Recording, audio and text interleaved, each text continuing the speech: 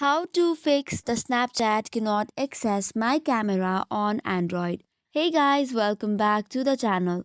If you're having troubles with the Snapchat camera access, here are some fixes. First and foremost, make sure to check for the app permissions. In order to do so, first of all, long press the Snapchat app and go to app info. Then head over to permissions and then make sure that camera is toggled on. If not, tap on the camera section and tap allow only while using the app option. Now that this is done, close and reopen the app.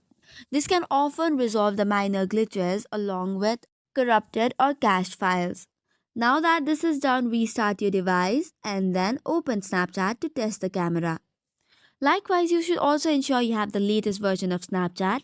In order to confirm it, head over to Play Store, search for Snapchat, and if an update is available, tap on Update button. Now that this is done, clearing the app cache can also resolve the performance issue. So, head over to the Snapchat application again or the device settings.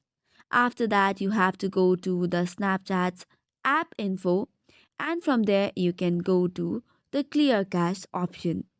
It is found on the storage and cache, and after that clear the cache. If nothing works, you'll have to reinstall and it can fix the corrupted app files. For this, uninstall the application completely and reinstall it.